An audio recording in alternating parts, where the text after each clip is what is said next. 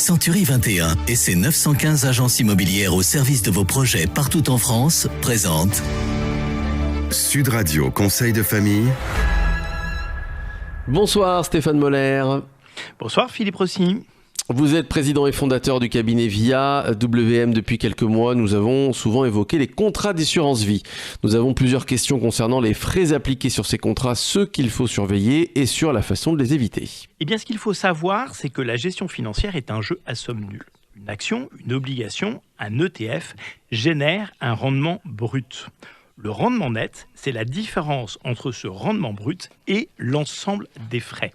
Et il est fréquent de relever des situations telles que les investisseurs payent plus de frais que les revenus générés, même sur des longues périodes.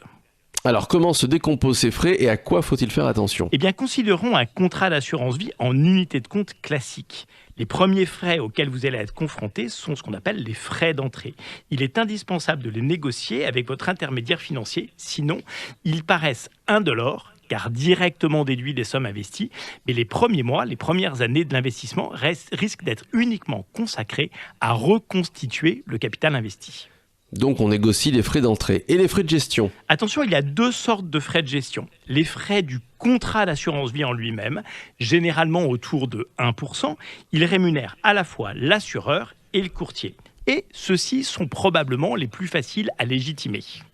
Et la seconde sorte de frais de gestion, Stéphane ? Eh bien, ce sont ceux afférents aux OPCVM ou aux produits structurés dans lesquels le contrat d'assurance vie est investi. De ne pas confondre l'enveloppe et les investissements qui sont dedans. Le contrat d'assurance vie est le contenant, les OPCVM sont le contenu. Les frais de gestion des OPCVM sont plus opaques et souvent beaucoup plus significatifs. Ils sont partagés entre la société de gestion, l'assureur et le courtier. Souvent, ce sont eux qui participent au faible niveau de rendement des contrats. Donc les frais de gestion des OPCVM s'ajoutent à ceux du contrat d'assurance vie. Et oui Philippe, et la somme de ces frais peut rapidement atteindre 3,5% par an, quelquefois plus, soit parfois plus que la performance de contrat d'assurance vie lui-même.